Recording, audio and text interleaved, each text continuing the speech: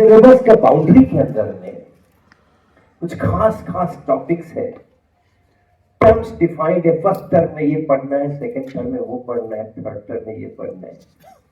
ऐसे बाउंड्रीज के अंदर में जब पढ़ाई करते हैं तो वहां से फिजिक्स बनता नहीं है, वहां से फिजिक्स बनता नहीं है। वो फिजिक्स नेचर के साथ कनेक्ट नहीं होता है। लेकिन आप अगर एक्चुअल फिजिक्स क्या है और क्यों है वो करना है तो नेचर हम लोग का पहला लाइन होता है, first line. What is physics? Physics is study of nature. Nature. That is the proverb. This is the proverb. Physics is the study of the nature. So unless we go into the nature, unless we work with the nature, unless we integrate our education with the nature, there is no meaning of doing physics. I will not say that doing physics is a good thing.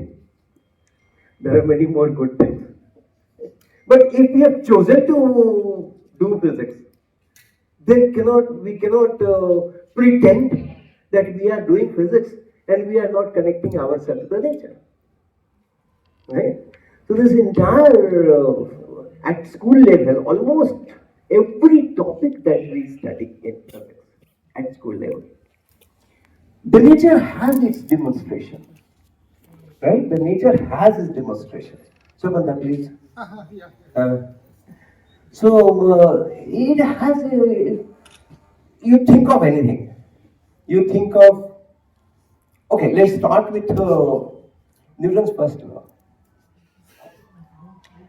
Can you recall when for the first time you got to know what is there in Newton's first law?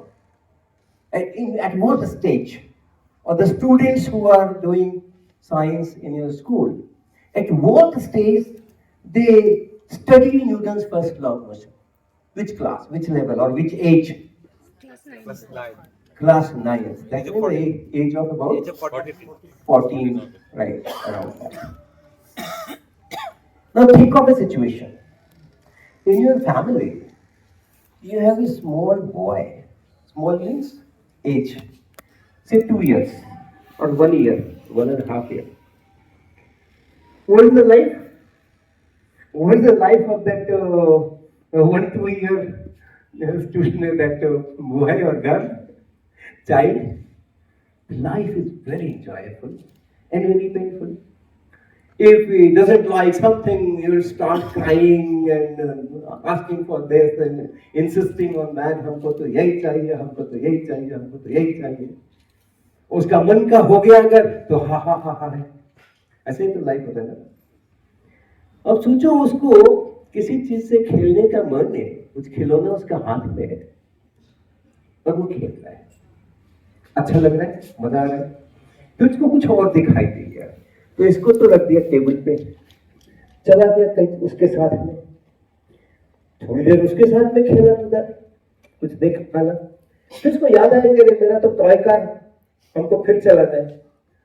अब आप बताओ, वो toy car को लेने के लिए वो बच्चा फिर से कहां जाएगा? उस टॉय के पास, उसी टाइम टेबल के पास था जहां उसने छोड़ा है, जहां छोड़ के गया था. Now tell me, why? वो बच्चे वही क्यों जा रहा है, दूसरा रूम में जाके क्यों नहीं खोज रहा है?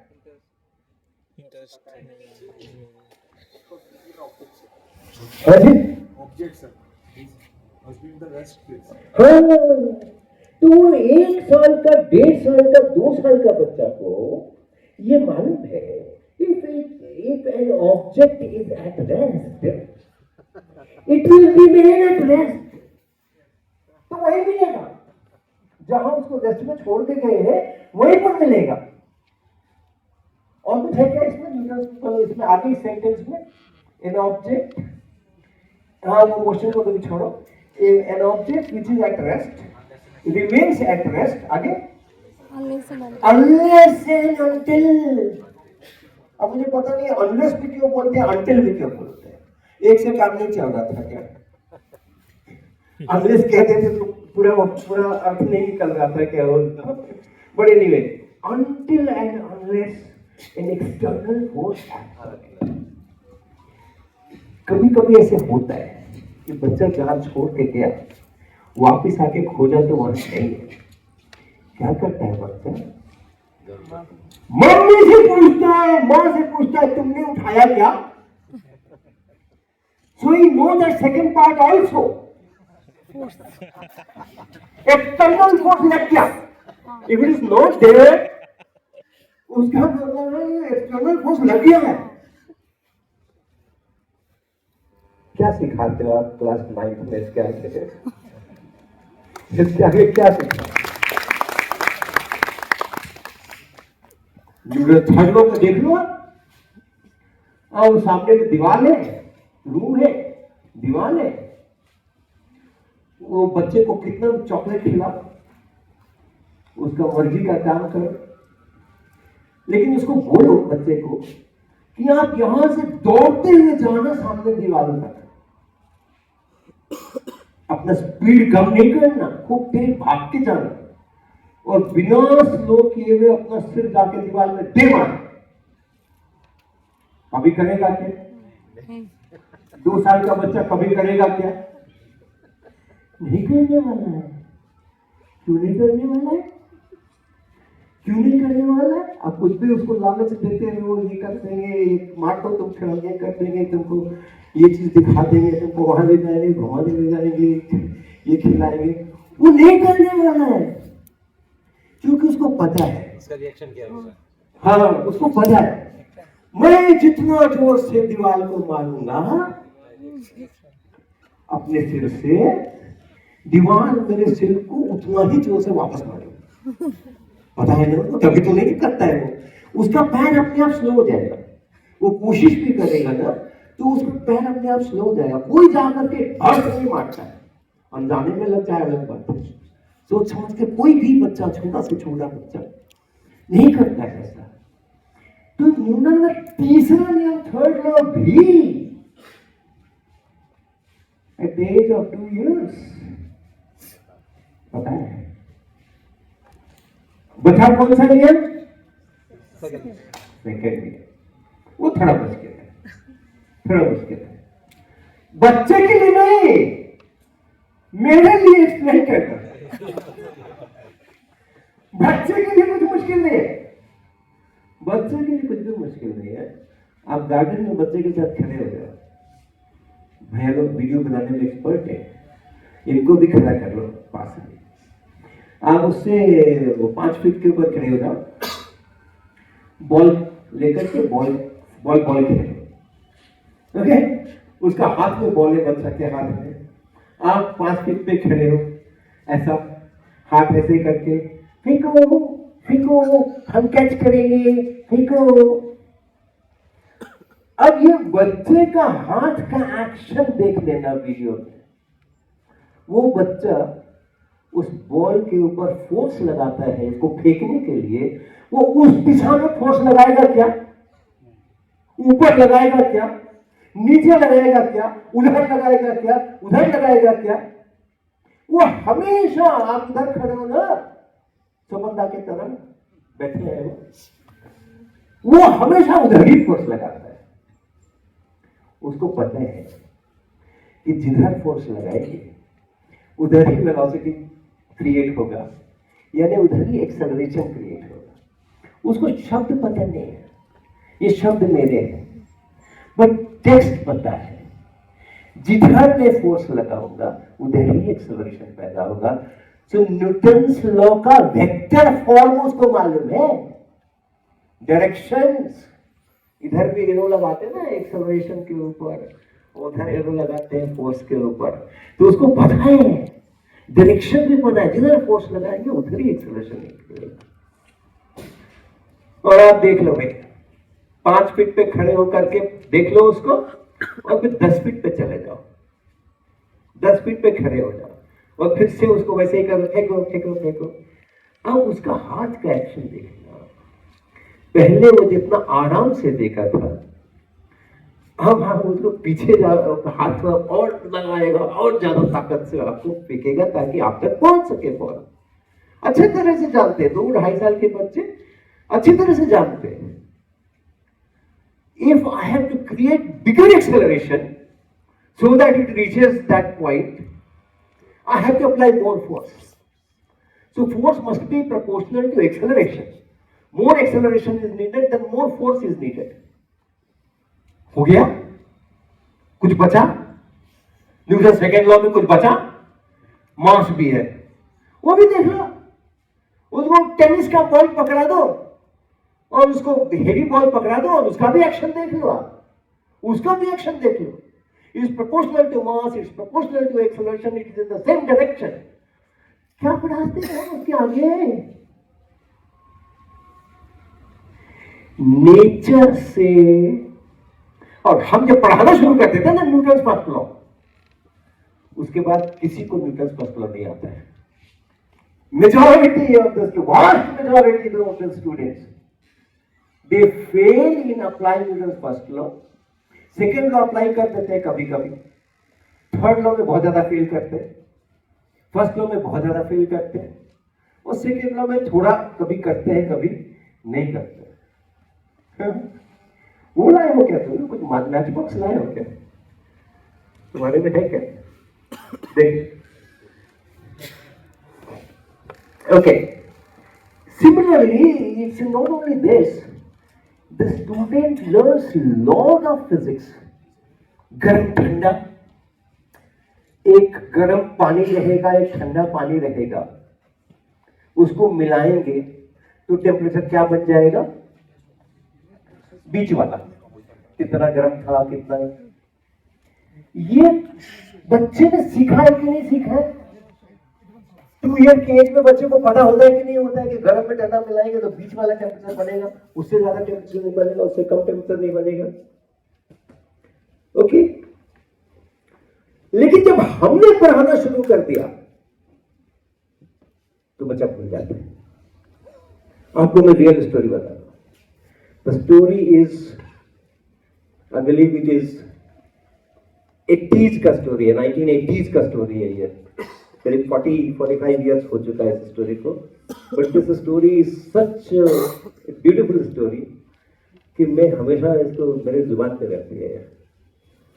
मैं अपने घर पे था, मॉर्निंग का टाइम था, पटना साइंस कॉलेज में मैंने पहले 15 साल टीच किया, +2 भी टीच किया, आगे के क्लासेस भी टीच किए।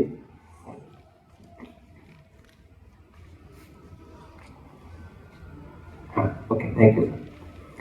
तो मैं अपने घर पे था, एक मॉर्निंग में सवेरे सवेरे एक व्यक्ति, एक भद्र मनुष्य अपने बच्चे को लेकर के आए, स्टूडेंट, कुछ 14-15 ईयर्स एज, और आके बोले कि सर ये मेरा बेटा है, स्कूल में बहुत अच्छे नंबर लाता है, बोर्ड के एग्जाम में भी इसने बहुत अच्छा नंबर लाया है, 10th पास किया है, हाई स्कूल पास किया है, इसको जाना है, इसमें 11th में जाना है। तो आप थोड़ा इसे बात कीजिए और बात करके ये पता कीजिए कि ये IIT में जाने लायक बच्चा है कि नहीं है। अगर इसमें कैपेबिलिटी है IIT में जाने का तो मैं इस पे पैसे खर्च करूं, इसको कोचिंग में भेजूं, इसको ट्यूशन कराऊं, ये करूं वो करूं।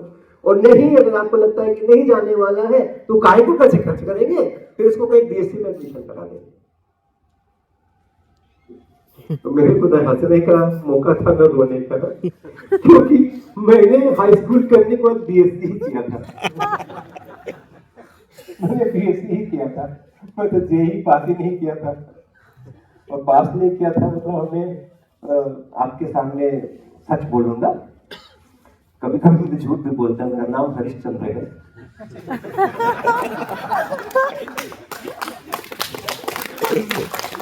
मैंने JEE इसलिए पास नहीं किया था कि मैंने JEE का फॉर्म ही नहीं भरा था।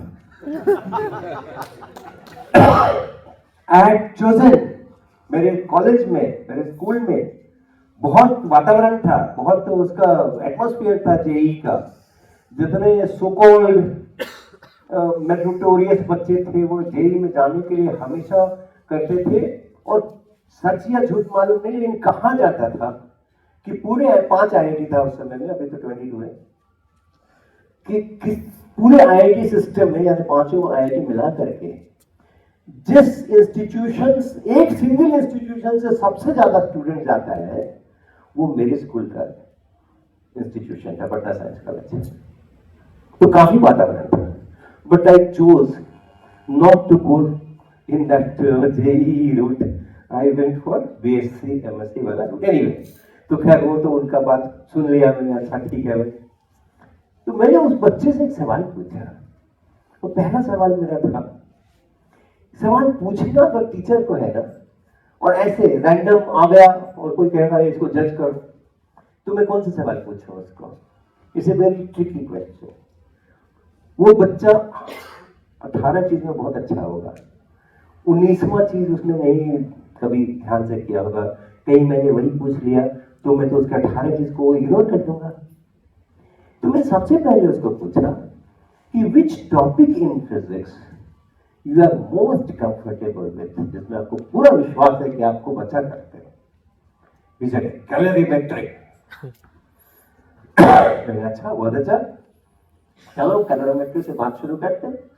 तो first I wanted to give him a very simple question, ताकि वो तो कर ही लेगा, उसके बाद फिर देखेंगे आगे बढ़ेंगे, दूसरे कॉम्प्लेक्सिटी लेवल्स लाएंगे। तो मैंने उसको पूछा कि देखो तुम्हारे पास अगर 10 लीटर्स कोल्ड वाटर है 10 डिग्री सेल्सियस के ऊपर, और 3 लीटर्स हॉट वाटर है 80 डिग्री सेल्सियस के ऊपर, और उसको मिक्स करते हैं, बाल्टी में हिट गया उसको छोड़ दो। ये पानी जो है 8 लीटर्स पानी है आपका 10 डिग्री, 10 लीटर पानी है 10 डिग्री पे, 3 लीटर्स पानी है 80 डिग्री पे, तो उसको मिला दिया। So what will be the mixture temperature? इससे ज्यादा सरल सवाल मैं कैलोरीमेट्री में नहीं सोच पाया। आई विजिबली सॉ उसका फेस, मुझको अभी भी याद है, ही वॉज वेरी अनॉयड। जब मैं ये सवाल उसको बोला कि बनाओ, तो ही वॉज वेरी अनॉयड। उसको उम्मीद था कि मैं कोई भारी भरकम सवाल पूछूंगा और वो कोई बढ़िया सा उत्तर देगा और मुझे इंप्रेस करेगा, और मैं तो उसको ये पूछ दिया। तो ही वॉज क्वाइट अनकंफर्टेबल। बेमत से उसने पेंसिल निकाला। सॉरी, मैं थोड़ा बीच में प्रॉब्लम आएगा। बेमन से उसने पेंसिल निकाला और अपना नोटबुक खोलकर के उसको हल किया। And then he said, sir 87 degrees, 87 degrees, ऐसे करके देखा मेरे को 87 डिग्रीज। तो मैं स्माइल किया थोड़ा, तो उसको और चिढ़ हो गया कि ये तो इतना बेकार का सवाल पूछा मुझसे, मैं उत्तर बताया तो बेहतर सवाल पूछो, ये स्माइल करने का क्या मतलब है? He was absolutely normal with this 87 degree Celsius. मैं उसको पूछा कि भाई देखो, बताया मैंने उसको कि भाई देखो तुम्हारा जो गर्म वाला पानी है वो 80 डिग्रीज का है, और ठंडा वाला पानी 10 डिग्रीज का है, उसको मिला रहे हैं, मिक्सचर का टेम्परेचर पूछ रहे हैं, तुम 87 कैसे कह सकते हो? नहीं सर 87 नहीं होगा। मैंने कहा क्यों? मतलब फिजिक्स का है प्रॉब्लम? अच्छा, फिजिक्स का प्रॉब्लम है, चलो दूसरी तरह से कहते हैं। तो मैंने उसको एक्सप्लेन किया, इट वॉज विंटर और पटना में दारू ठंडा, बहुत ठंडा होता है दिसंबर, उसी समय आया था। न्यूज़पेपर में आता था रोज temperature 5 degree, minimum temperature 5 degree, 4 degree, 3 degree ऐसे आता था। तो मेरा टैप, मैंने उसको बताया कि देखो आता है ऐसा, पढ़ते हो ना अखबार में? बोला हाँ। अब टैप में जो पानी आता है वो मिनिमम पे तो नहीं होगा, ऐसा मेरा खासा ऐसा विशेष तो नहीं बनाया है मैंने कि मेरे ही घर के अंदर में पानी आएगा, वो मिनिमम पर होगा। तो इसलिए 10 degree is also very cold. नहाने के लिए हम लोग क्या करते हैं, गीजर विजर जमाने में बहुत प्रचलन में था, हमने 10 लीटर का बाल्टी जो होता है 12-15 लीटर का, बड़ा बाल्टी होगा तो 16 लीटर का होगा, तो 10 लीटर ठंडा पानी टैप खोला, उससे नहाओगे नहीं, नहाओगे तो मेरे पर जुकाम हो जाएगा। हाँ, नहाया नहीं हूं मैं वैसे उसके कारण जुकाम नहीं हुआ है, जुकाम होने के कारण से नहीं नहाया हूं, वो बात अलग है। ओके, अब हम लोग क्या करते हैं नहाने के लिए, भगोना में, भगोना समझते हैं दैट वैसा बर्तन, तो उसमें हम लोग पानी रख करके चूल्हे पे चढ़ा देते हैं। तो जब थोड़ा सूं सूं सूं सूं का आवाज आने लगता है तो खौलाने का जरूरत तो होता नहीं है, हम लोग को चाय थोड़ी बनाना है। जब आवाज सूं सूं सूं सूं आने लगता है तो हम समझ जाते हैं कि गर्म हो गया, ला करके इसमें मिलाते हैं। कितना पानी गर्म करते हैं, ऐसे ही 3 लीटर 4 लीटर ऐसे ही पानी गर्म करते हैं, और 100 पे तो बॉईल कर जाता है, तो 80 डिग्री समझ लो। अब बताओ, जब बाथरूम में जब नहाने के लिए तुम अपना पानी गर्म करते हो और ठंडा पानी में मिलाते हो, ठंडा पानी रहता है ज्यादा, गर्म रहता है थोड़ा, लेकिन टेम्परेचर हाई है, तो क्या जो मिक्सचर का टेम्परेचर है वो गर्म पानी के टेम्परेचर से भी और ज्यादा गर्म हो जाता है पूरा। The boy was not a duffer, उसका इंटेलिजेंस में कमी नहीं था। वो बोला नहीं सर, वो तो बहुत कंफर्टेबल रहता है नहाने में। तो हमने कहा फिर उसका टेम्परेचर कितना होता होगा, उसको पता था बॉडी टेम्परेचर 37, ऐसे कुछ 42 43 ऐसे 44 टाइप होता होगा, 41 टाइप होता होगा। तो हमने कहा तो यहां 87 क्यों बोल रहे हो? तो कहता है क्या, दैट इज द सेंटेंस जिसके कारण से 45 इयर्स हो गए मेरे को कहानी आ रही। कहता सर वो बाथरूम है, ये फिजिक्स है।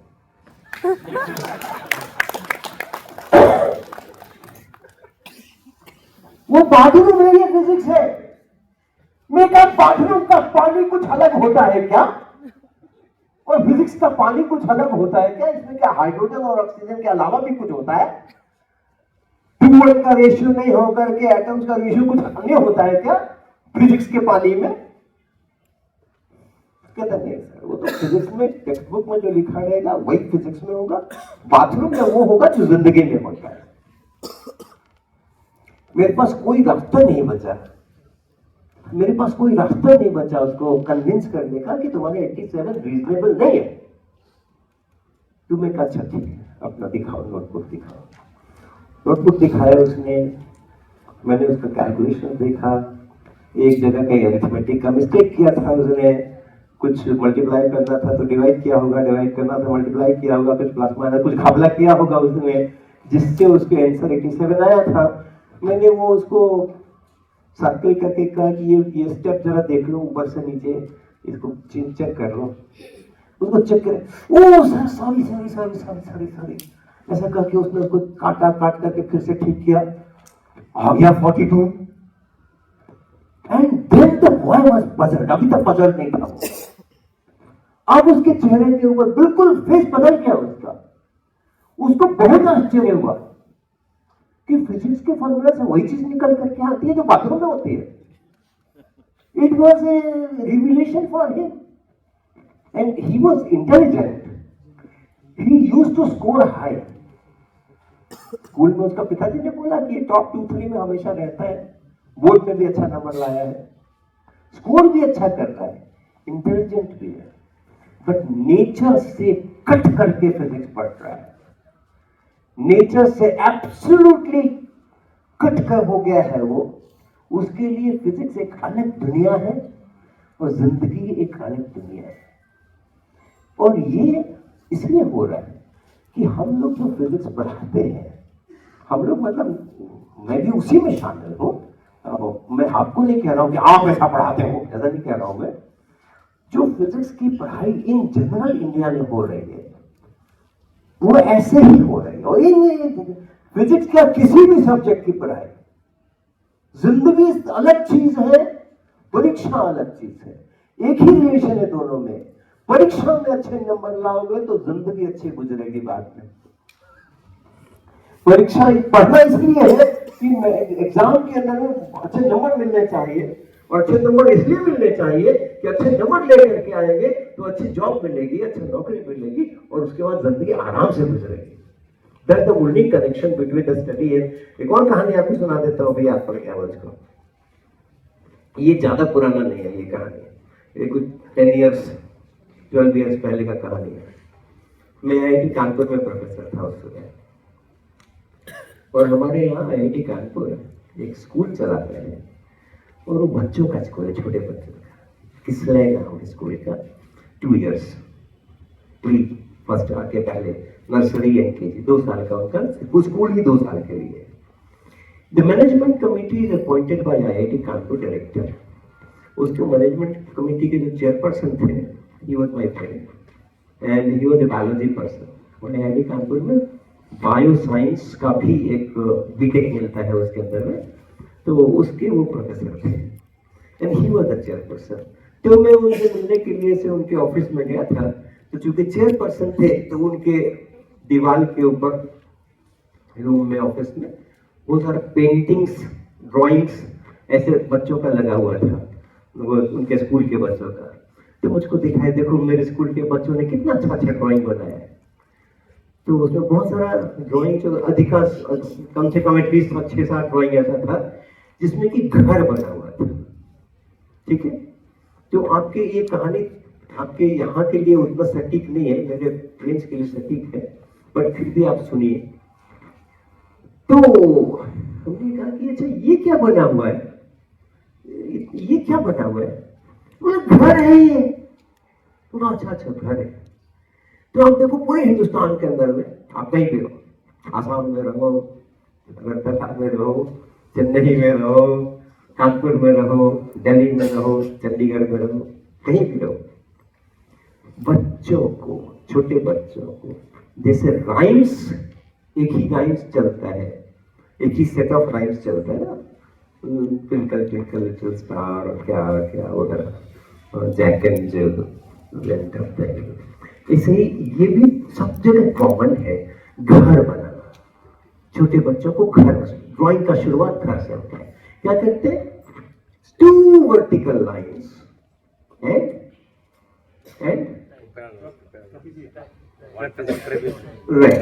right 2 inclined lines, right, something like 45 degree type का जो बच्चा है जैसा बनाते। ये बेसिक स्ट्रक्चर है, ये वॉल हो गया, वो रूम हो गया। उसके बाद जैसे जैसे बढ़ेगा, कोई खिड़की बनाएगा बाद में, कोई दरवाजा बनाएगा बाद में, कोई सामने से सड़क निकालेगा, थोड़ा बड़ा हो जाएगा बच्चा तो कोई उसमें पेड़ दिखाएगा, कोई जो है नदी बहाएगा, चंद्रमा चमकाएगा, वो सब होगा। But the basic design is 2 vertical lines and 2 inclined lines। वैसा ही बना हुआ था।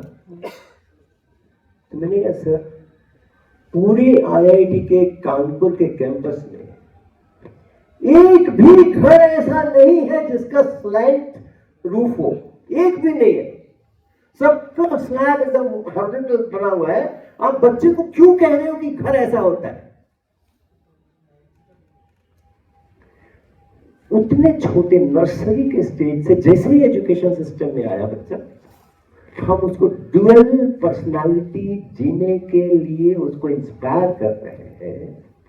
जब स्कूल में रहना तो घर ऐसा होता है, स्कूल से बाहर जाना तो घर ऐसा होता है। कल्चर, उस कल्चर के कारण से अगर आपके स्कूल के किताब के अनुसार गर्म ठंडा मिलाने से और भी गर्म हो जाता है मिक्सचर, तो is not surprised, he is not surprised, उसको तो आदत पड़ा हुआ है ना। और जब आप लोग एक डेमोन्स्ट्रेशन करते हैं, हम लोग 1 घंटे लेट चल रहे हैं, तो मैं ज्यादा कुछ करूंगा नहीं अभी, लेकिन एक कर लेते हैं। ये हमारे पास भी मैच बॉक्स है, एटीएम, पैसे नहीं निकलते हैं इसमें से, एटीएम पैसे नहीं निकलते हैं, लेकिन हम पैसे निकालेंगे इसमें से। देखना बड़ा अच्छा कंपनी का मिला है मुझे। ये देखो, हमने इसके अंदर वो पैसा छुपा के रखा हुआ है। ये जो है इधर में इसका मैथ स्टिक्स है, दिख रहा है क्या? स्टिक्स इस साइड में है, बैक साइड में ये कवर समझ लो, ऊपर का ये कवर है, और ये ड्रॉअर है, जैसे टेबल में से ड्रॉअर खींचते हैं ना, तो ये ड्रॉअर है। उस ड्रॉअर के बैक साइड में हमने इस कॉइन को यहाँ पे छिपा के रखा हुआ है, ऐसे ऐसे ऐसे रखा हुआ है।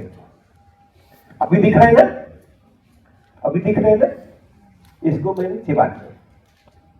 ओके, एटीएम से पैसा निकालना है तो हमने ऐसा पकड़ा और पकड़ के टक टक टक टक किया।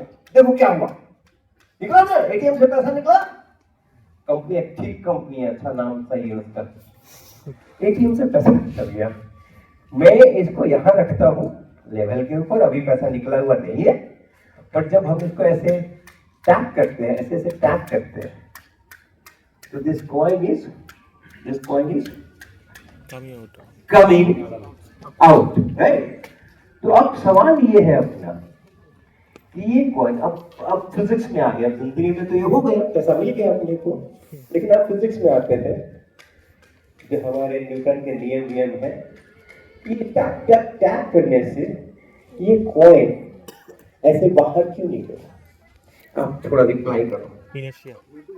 Due to inertia. Very good, बोला हाँ जी, frictional force, repulsive force and frictional force.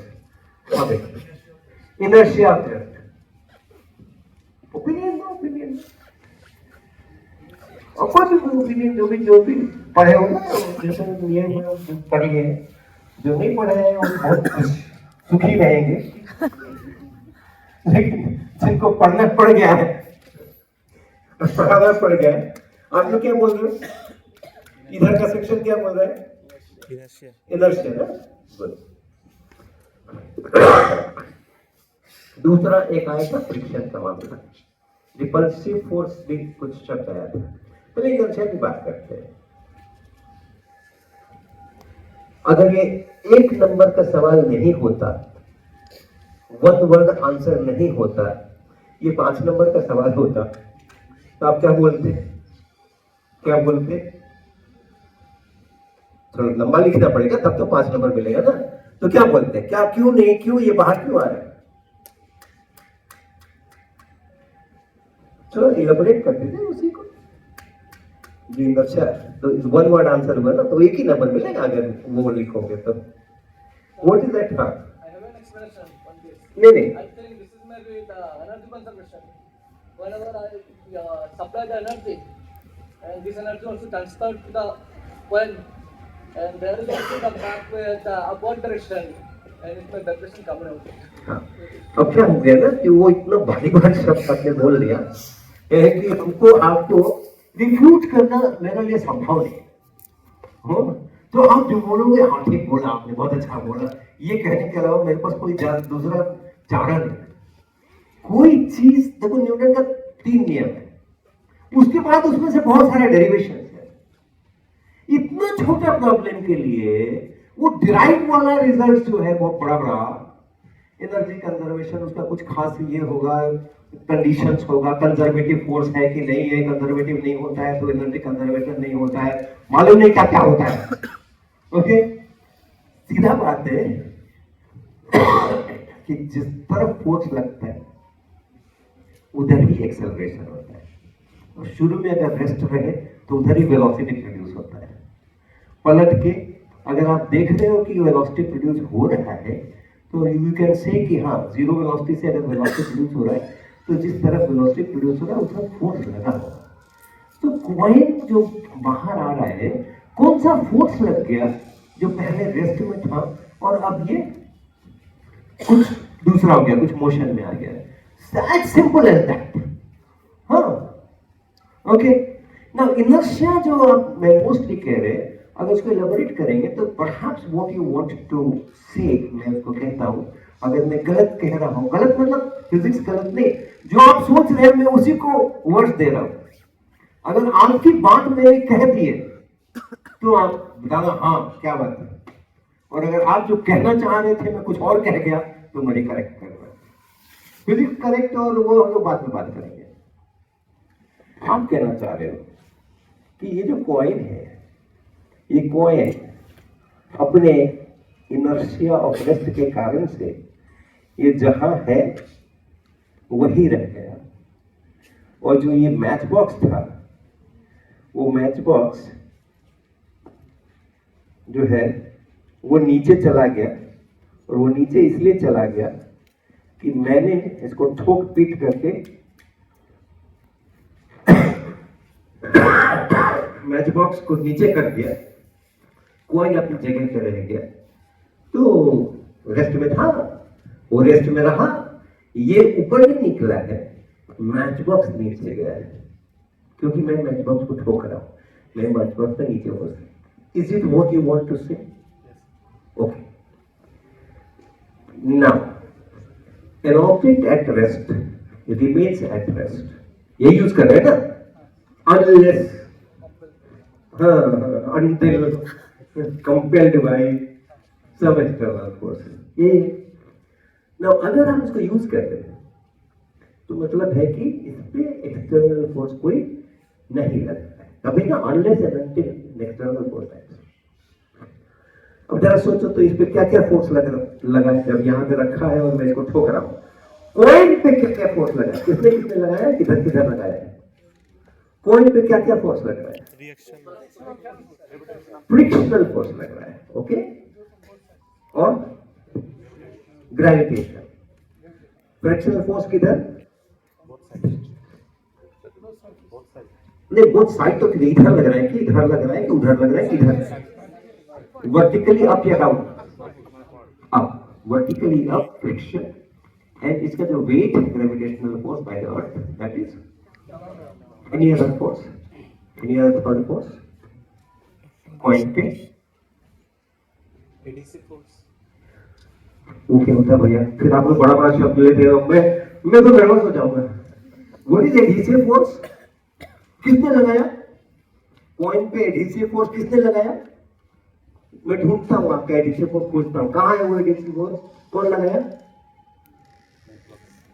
Match box. ये इसके ऊपर ऐसा ऐसा कर रहा है, फिसल रहा है, तो वो ऊपर की तरफ लगा, एडहेसिव फोर्स, नीचे ऊपर कुछ लगेगा। ये जो पैरेलल फोर्स लगता है, दो सरफेस अगर कांटेक्ट में रहते हैं और उनमें कुछ मोशन वोशन होता है, तो एक पैरेलल फोर्स लगता है, उसी को तो फ्रिक्शनल फोर्स बोलते हैं ना। ये एडहेसिव अलग से तो नहीं है, एडहेसिव कोहेसिव जो कुछ भी है वो अलग से तो नहीं है, ओके।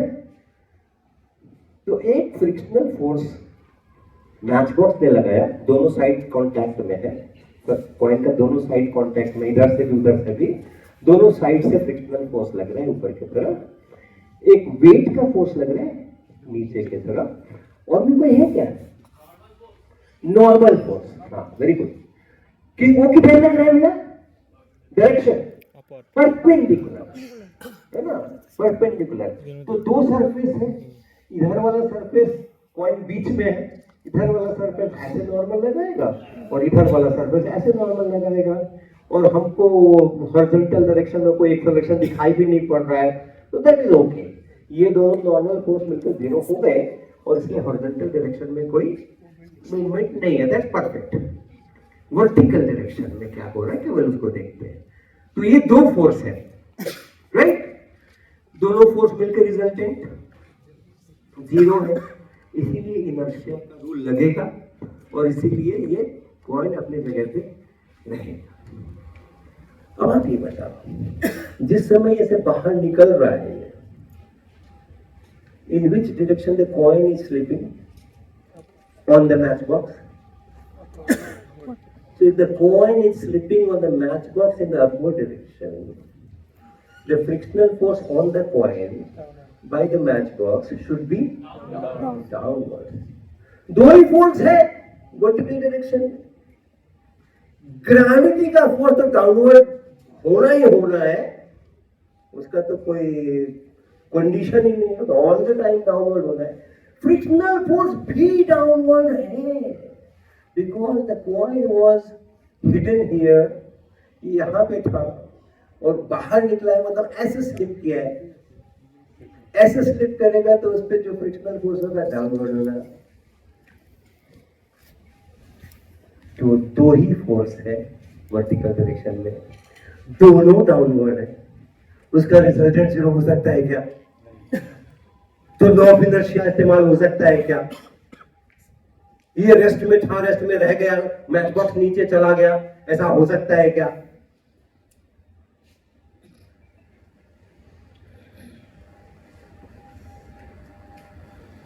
बताओ। एटीएम का समस्या सॉल्व करो। एटीएम का समस्या सॉल्व करो। What is happening? How can it is coming or how come it is coming out?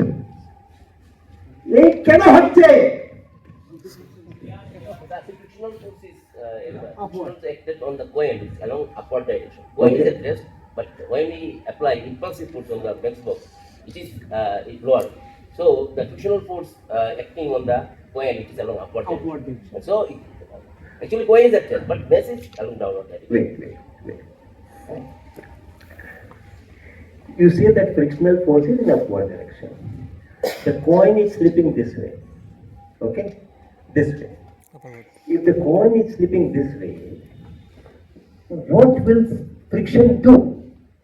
It will try to prevent the slipping. Basic friction वही है ना? Now if it is slipping this way, the frictional force will try to slow it down. It will not allow it to slip.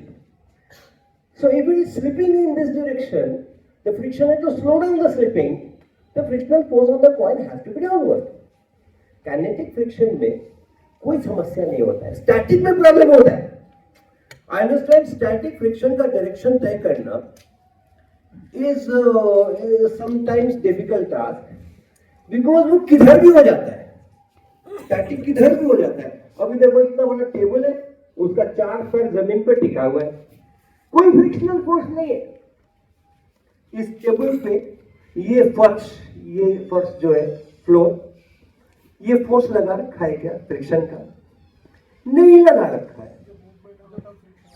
जब movement करेंगे, अब friction किधर लग रहा है और ऐसे हो रहा है तो किधर लग रहा है, और मैं इसको ठेल रहा हूं और कुछ नहीं जा रहा है, अब कहीं किधर लग रहा है फ्रिक्शन, है ना? अगर फ्रिक्शन नहीं होता तो मैं ऐसे ठेल रहा था, उधर जाना चाहिए था, तो किधर है? अपोजिट है ना. और मैं इधर से आगे कर लूं तो ऐसे कर लूं तो फ्रिक्शन ऐसे, कंडीशन एक ही दिख रहा है, स्टैटिक है, ये मूव नहीं कर रहा है. तो कभी फ्रिक्शन उधर, कभी फ्रिक्शन इधर, ऐसे कर दूं तो उधर, वैसे कर दूं तो उधर. 2 न्यूटन लगाओ तो वो भी 2 न्यूटन, 8 न्यूटन लगाओ तो वो भी 8 न्यूटन. जैसे बनकर है ना, टोपी फेंक दिया, आने मालूम है ना आपको, तो हमने 2 न्यूटन तो उसने भी 2 न्यूटन, हमने 8 न्यूटन तो उसने भी 8 न्यूटन. तो स्टैटिक फ्रिक्शन को समझना थोड़ा टेढ़ा है. वो बंदर के तरह क्या करेगा पता नहीं है, कभी कुछ करता है कभी कुछ करता है. काइनेटिक फ्रिक्शन में कोई झंझट नहीं. स्लिपिंग हो गई पक्का, स्लिपिंग के अपोजिट, स्लिपिंग नहीं होने देना है.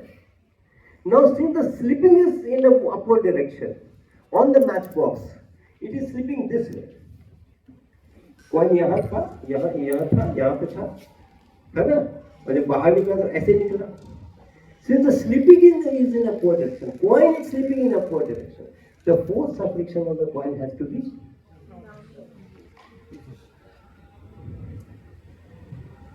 Coin is at rest. कैसे मालूम आपको रेस्ट में है? Apply the force downward. Mass comes down. Match comes down, fine. Coin. Mass slips on the. Match slips, okay. Now, okay, fine. Looking from the coin, let me say I'm the coin. What I see, the matchbox is slipping downward. So the force on matchbox, frictional force on the matchbox will be upward. If the coin exerts upward frictional force on the matchbox, Newton's third law, the matchbox applies friction on the coin one in the downward direction. And the coin is at rest. This is your assumption. I want you to justify it. That coin remains at rest. I cannot justify because I see that it is slipping upward. Coin is slipping upward. Matchbox is slipping downward. As seen by the coin, matchbox is going down, slipping down. As seen from the matchbox, coin is slipping up. So both ways the same rule applies. Slipping has to be opposite. So the coin will exert an upward force on the matchbox so that it will try to slow down that slipping. In return, the matchworks will apply a force in upward direction, this downward direction, to prevent that slipping of the coin. Coin is slipping upward, so the force will be downward so that it slows down. So since there are only two forces in vertical direction, and both the forces are in downward direction, I deny the coin cannot remain at rest. Newton's first law. An external force acts, resultant external force is acting. So the Newton's first law will not be applicable here. Law of inertia will not be applicable here. It cannot remain at rest. अब क्या करें? अब क्या करें?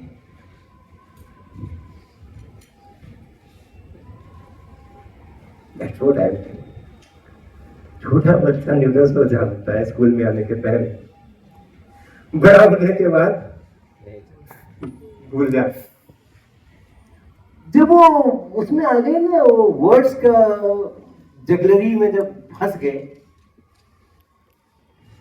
Energy conservation, momentum, impulsive force, ये सब बड़े बड़े शब्द बच्चे को नहीं मालूम थे, न्यूटन लॉ पता था। हमें बड़े बड़े शब्द आ गए हैं, हम न्यूटन लॉ भूले। तो इससे तो काम नहीं चला, लॉ ऑफ इनर्शिया से काम नहीं चला। Then now explain how come it is coming up,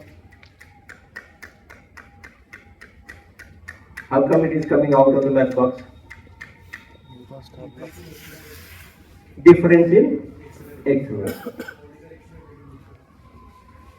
Explain. Go ahead. When we apply force on the matchbox, Yes. the corresponding acceleration Of the matchbox. on the matchbox is because of the force you are applying. Correct. But the acceleration of the coin will be because of the friction which is there. Correct.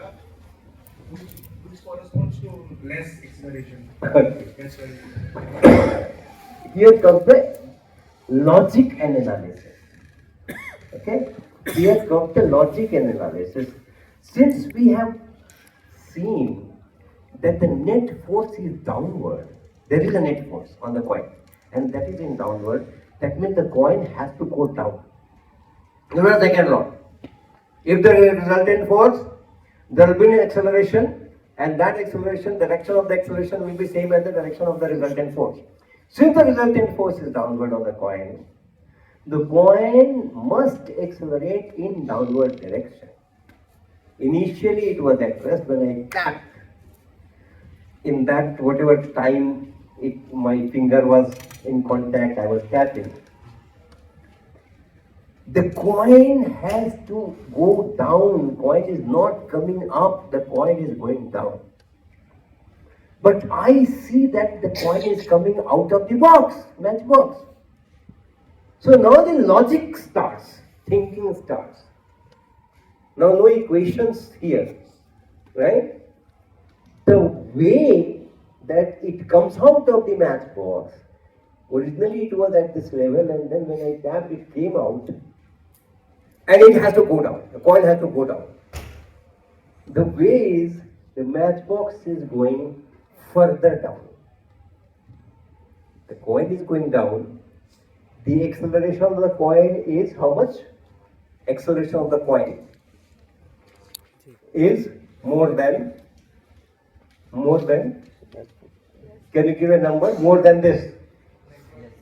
Acceleration of coin less than the acceleration of the matchbox down. Okay. But since the force is its weight mg, that is by the earth, plus friction, the acceleration is more than g, more than 9.8 meters per second square. The coin is going down, it is not at rest, it is going down, and its acceleration is no less than 9.8 meters per second square, it is more than that, because the force is mg plus something. If it is only mg, then the acceleration will be g. Since it is mg plus something else, the coin is going down, let's say 10.2 meter per second square. It is doing that. Have faith in Newton's first law, second law, third law. Okay?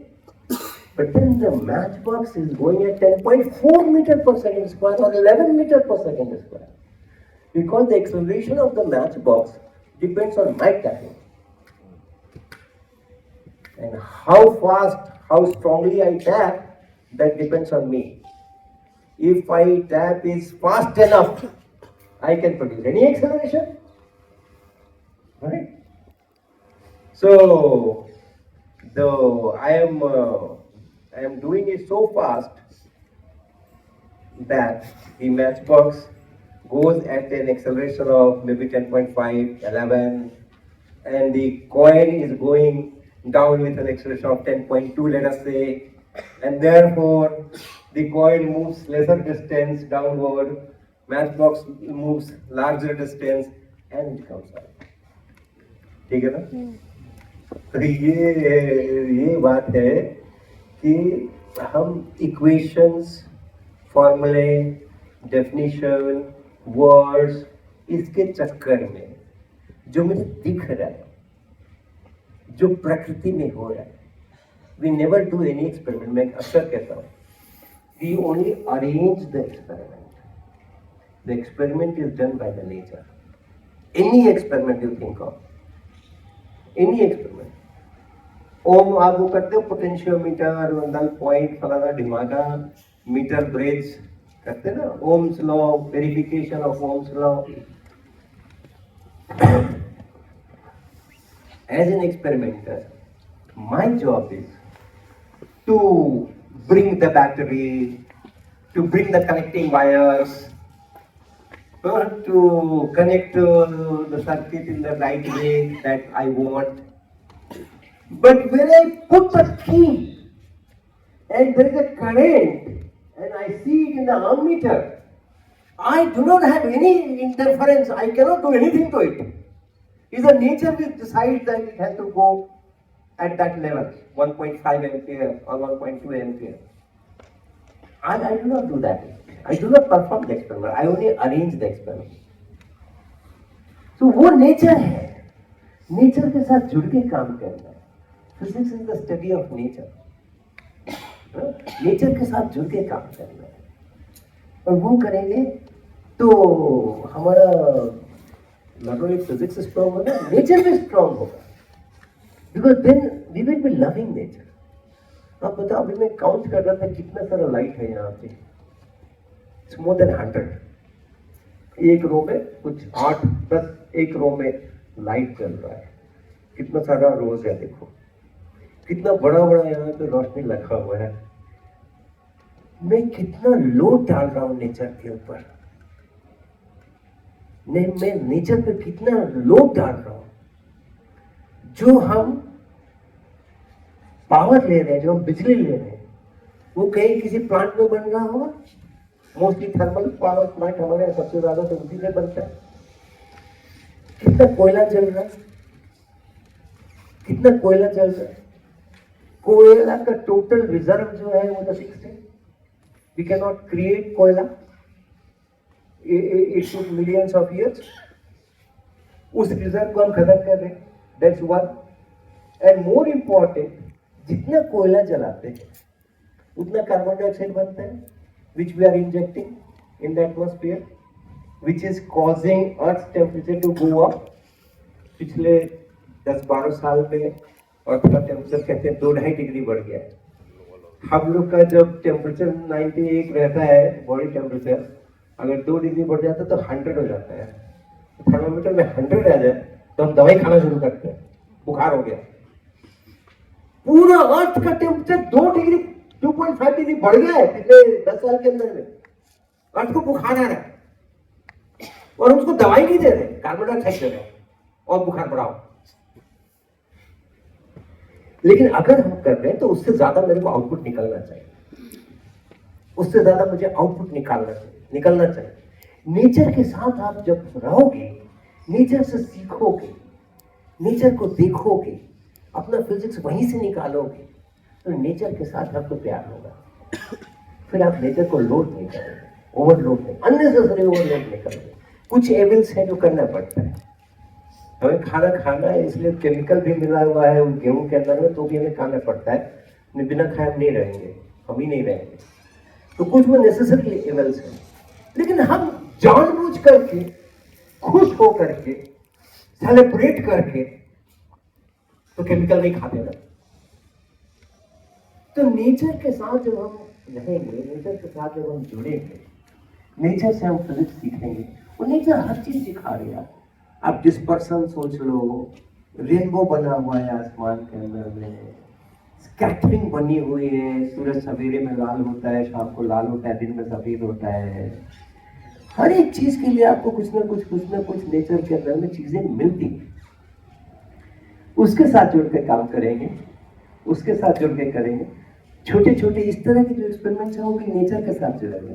जो lab में जाकर के किए जाते हैं वो भी nature ही है, क्योंकि हर एक एक्सपेरिमेंट नेचर ही करता है, मैं नहीं करता, वो भी नेचर ही करता है। लेकिन उसको भी समझना है ना कि वो नेचर करता है। तो ऐसा प्रकृति के साथ जुड़ करके करेंगे।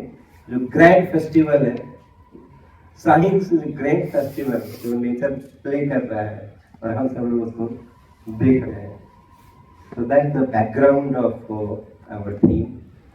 मेरे को बहुत खुशी है, मैं पहली बार इधर के रीजन में आया हूँ। गुवाहाटी से आगे मैं कभी गया नहीं हूँ, गुवाहाटी तक आता रहता हूँ, और एक ही बार मैंने इधर का रुख लिया था, that was in Arunachal Pradesh.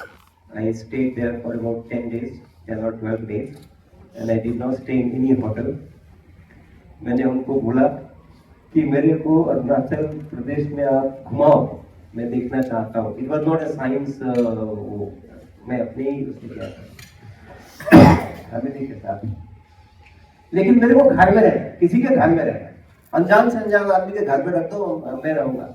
जिसको मेरे से तकलीफ नहीं हो ऐसा कोई आदमी ढूंढ लो कि मैं जाके वहां रहूंगा तो उसको तकलीफ नहीं होना चाहिए, मैं वहां रहूंगा। तो आई स्टेड अबाउट 10 days इन अरुणाचल। तो हमने यहाँ वहाँ घूमा, बट साइंस लेकर के मैं इधर नहीं आया हूँ, गुवाहाटी से आगे नहीं आया हूँ। तो आज पहली बार रजत भाई ने और डॉक्टर साहब ने हमें, साइकिल साहब ने हमें ये मौका दिया। जब उनका आया तो मैंने लपक करके लिया कि हाँ एंट्री मिला। एक बार एंट्री मिल गया तो फिर हम कॉन्टेक्ट बनाएंगे और बार बार एंट्री हमें मिलेगा और हम आएंगे और भी आगे तक जाएंगे। तो अब सुमन भाई का काम है IFPT से इससे उससे जैसे भी करके और हमें जो नेचर से अपना रिश्ता है, नेचर से और मनुष्य का जो रिश्ता है, उसके आधार पे फिजिक्स करना है। और फिजिक्स करने का ये बहुत बड़ा अपॉर्चुनिटी है कि मुझे दिखता है नेचर में, केमिस्ट्री बायो दिखता है, लेकिन बड़ा स्लो मोशन में मूवी चलती है। बायो वाली मूवी जो है बहुत स्लो मोशन में चलती है। हफ्ता भर लगेगा तो 2 इंच का पेड़ आगे बढ़ेगा, तो पता नहीं चलेगा कि क्या हुआ क्या नहीं हुआ। प्लांट से फोटोसिंथेसिस हो रहा है, मुझे कुछ दिखता ही नहीं। धूप पड़ रही है तो पड़ रही है, हमको तो खाली उसका शेडो दिखता है। पत्ते पे धूप पड़ रही है तो नीचे हंसे, उसका फोटोसिंथेसिस तो मुझे दिखता नहीं है। तो केमिस्ट्री में, बायो में ये सुविधा नहीं है। उनका टास्क बहुत चैलेंजिंग है, बिकॉज उनको ये ग्रैंड लेबोरेटरी नहीं मिला हुआ है। हमारा टास्क उनकी अपेक्षा बहुत ईजी है। हमको ये ग्रैंड लेबोरेटरी मिला, हर चीज दिखता है आपको। लिक्विड का फ्लो दिखाई पड़ता है, इक्वेशन ऑफ कंटिन्यूटी दिखाई पड़ती है, आप कैसा भी पाइप वाइप लेकर के और चला वाला सब कुछ दिखता है। और ये कुछ चीज घर में खराब हो जाता है तो भी उसकी फिजिक्स पढ़ा देता है। हमारे पानी खेत में डालने के लिए रबर का पाइप, लंबा पाइप इस्तेमाल करते हैं, तो बहुत दिन पुराना हो गया तो बीच में छेद हो गया है, उसके अंदर में क्रैक हो गया है। और जब पानी चलाते हैं तो उधर पानी निकलता है, जहाँ छेद है वहाँ ऐसे ऐसे पानी निकलता है तेजी से। ओके, अब उसको जब हमने वीडियो किया उसका या फोटो लिया उसका, क्या ब्यूटीफुल पैराबोला है। प्रोजेक्टाइल मोशन का क्या ब्यूटीफुल पैराबोला है। जो टूट गया पाइप खराब हो गया है, जिसमें छेद हो गया है, वो मेरे को इतना बढ़िया डेमोन्स्ट्रेशन दे रहा है कि अगर कोई चीज प्रोजेक्ट करोगे किसी एंगल के ऊपर, हॉरिजॉन्टल से या वर्टिकल से, बीच के किसी एंगल पे करोगे, it will go in parabolic path. इतना इतना ग्रैंड लेबोरेटरी मेरे पास में है। तो ऐसा हम फिजिक्स के साथ में जुड़े तो हम प्रकृति के साथ में जुड़ेंगे, प्रकृति के साथ में जुड़ेंगे तो हम प्रकृति को नुकसान नहीं पहुंचाएंगे कभी भी, right. Plastic, one use plastic, इसको बचा के रखना है, इसको बचा। वन, ये आजकल एक वो चला है ना, आजकल जहाँ खाने वाले जाते हैं होटल के अंदर में या घर में भी, तो वो कागज वाला नेपकिन रहता है वहां पे, खाना खाने के बाद उसमें से निकाल के ऐसा ऐसा पोंछ करके डालते हैं। अरे हाथ धो ना लाके पानी में, वो कागज से साफ होता है क्या हाथ? खाना खाने के बाद हाथ धोना चाहिए ना, तभी साफ, धोते भी है। लेकिन पहले अब वो कागज का क्या होगा, एक बार यूज होगा और फेंक दिया जाएगा। वो कागज बनाने में कितना पानी लगा होगा, है? कितने मशीन लगे होंगे, मशीन को चलाने में बिजली लगी होगी। और मैंने क्या किया, टोटल अननेसेसरी। मेरे को खाना खाने के बाद हाथ तो धोने चाहिए था, हाथ धो, रुमाल निकालो, पोछो, बाद में रुमाल को 2-4 दिन के बाद साफ कर लो। रिपीटेड यूज होना चाहिए। मेरे यहाँ बहुत बॉटल्स इस्तेमाल होता है ये प्लास्टिक वाला, तो हम खरीदते नहीं है, हम खरीदते नहीं है, जहां कहीं से मिल जाते हैं उठा लेते हैं। एक बार तो IIPT कन्वेंशन में मैं गया था और हमारे जो ट्रेजरर साहब है DC गुप्ता जी, वो भी साथ थे, हमारे जो सेक्रेटरी हैं संजय शर्मा जी, वो भी साथ थे। हम लोग एयरपोर्ट पर बैठे हुए थे, प्लेन का इंतजार कर रहे थे और मैंने देखा लोग पानी पी रहा है, कोई और बॉटल नीचे में फेंक दे रहा है। तो मैं देखता रहा, इसके पहले कि उनका सफाई कर्मचारी आकर के उसको उठाता, हमने देखा आ रहा है उधर से, तो मैं उठा, मैं घुस करके सबके कुर्सी के पास में जो सारा बॉटल निकाल करके अपने बैग में डाला और लेकर उसको अपने घर चलाया था। आगे वहां तो उससे मेरे बच्चे एक्सपेरिमेंट्स करते हैं, बॉटल से बहुत एक्सपेरिमेंट्स होते हैं, 20-25 एक्सपेरिमेंट तो खाली बॉटल से खड़े करेंगे हम लोग। तो एक बार यूज किया, थ्रो कर दिया, this is really is painful. वो पेन होना चाहिए अपने को, वो पेन अपने को होना चाहिए। कोई भी इक्विपमेंट जो आप इस्तेमाल करते हैं, कोई भी चीज जो आप इस्तेमाल करते हैं, उसको बनाने में कहीं ना कहीं कोई मशीन चली होगी, कहीं ना कहीं उसमें बिजली लगी होगी। पैकेजिंग है, ये है, ट्रांसपोर्ट है, जहाँ फैक्ट्री में बनेगा वहां से रिटेल दुकान तक आएगा, उसका ट्रांसपोर्ट है, कितना पेट्रोल खर्चा हुआ होगा, डीजल खर्चा हुआ होगा, कितना कार्बन डाइऑक्साइड बना होगा, वो दर्द होना चाहिए। और फिजिक्स के लोगों को वो दर्द होगा, अगर आप वाकई फिजिक्स को नेचर के साथ जोड़ कर करोगे ना, तो वो दर्द होगा। Okay, so that is all from my side. और कुछ लंच वगैरह लिखा हुआ था, 2:30 बज गए हैं, तो हम लोग क्या रजत भाई क्या प्लान है बताइए? Is it ready lunch? एकदम लगा हुआ है, बिल्कुल लॉस नहीं होगा टाइम, नहीं होगा ना? तो हम लोग कितने जल्दी आ सकते हैं वापस लौट करके? लंच करने में कितना टाइम लगाएंगे हम? 15 minutes, 20 minutes, 25 minutes upper limit, right? We come back, demonstration, उसके बाद तो आधे घंटे, जैसे अभी तो हमने आपको एक किया, इनके पास बहुत रोचक चीज है। डेमोलेशन हमारे कैलकाटा में रहते हैं, हमारे एनवेशी का प्रोजेक्ट के बारे में तो आज बताने का टाइम है नहीं, आप बता देना बाद में। तो हमारे कलकत्ता में उसमें बालू घाट में एक अन्वेषी का चलता है वेस्ट बंगाल में, तो उसके को कोऑर्डिनेटर है and he has brought some beautiful experiment, तो वो लगाएंगे। जब तक आपको तो 15 मिनट में आना पड़ेगा, अभी करके जाऊंगा, ठीक है? Okay, good, very good. और उसके बाद फिर हमारे ये है विजय कुमार जी हैं, वो एशियन फिजिक्स ओलंपियाड APHO, एक नेशनल कंपटीशन हर साल होता है, उसमें इंडिया की टीम जाती है, इंडिया की team officially government of India भेजती है 8 लोगों की टीम। उस पूरे प्रोजेक्ट को कोऑर्डिनेट करते हैं विजय कुमार जी, तो वो इसको इंट्रोड्यूस करेंगे। फिर हमारे हेमंत वर्मा जी हैं, एक्चुअल फिजिक्स इन जो एशियन फिजिक्स ओलंपियाड में जो एक्सपेरिमेंट करने को दिया गया है बच्चों को, उन एक्सपेरिमेंट्स का एक प्रोटोटाइप उसका उसका जो थीम है, उस थीम को बताने के लिए इन्होंने कुछ कुछ अलग से हम लोगों ने उसके डिजाइन किए एक्सपेरिमेंट्स, तो वो ये लेकर के आए हैं और वो यहाँ पे शो करेंगे। मेरे ख्याल से एक ही का आपको मौका मिलेगा एक ही एक्सपेरिमेंट शो करने का, बट आपको फ्लेवर मिलेगा कि इंटरनेशनल फिजिक्स ओलंपियाड में कैसे सवाल पूछे जाते हैं और उसमें बहुत सारा फिजिक्स इन्वॉल्व है, उसका डिस्कशन करने का मौका मिलेगा। So this is it. अभी कितना हो रहा है आप लोग के घड़ी में? 2:30, ठीक है ना? तो 2:55 विल बी बैक। ओके, चलो खिलाओ जल्दी खिलाओ।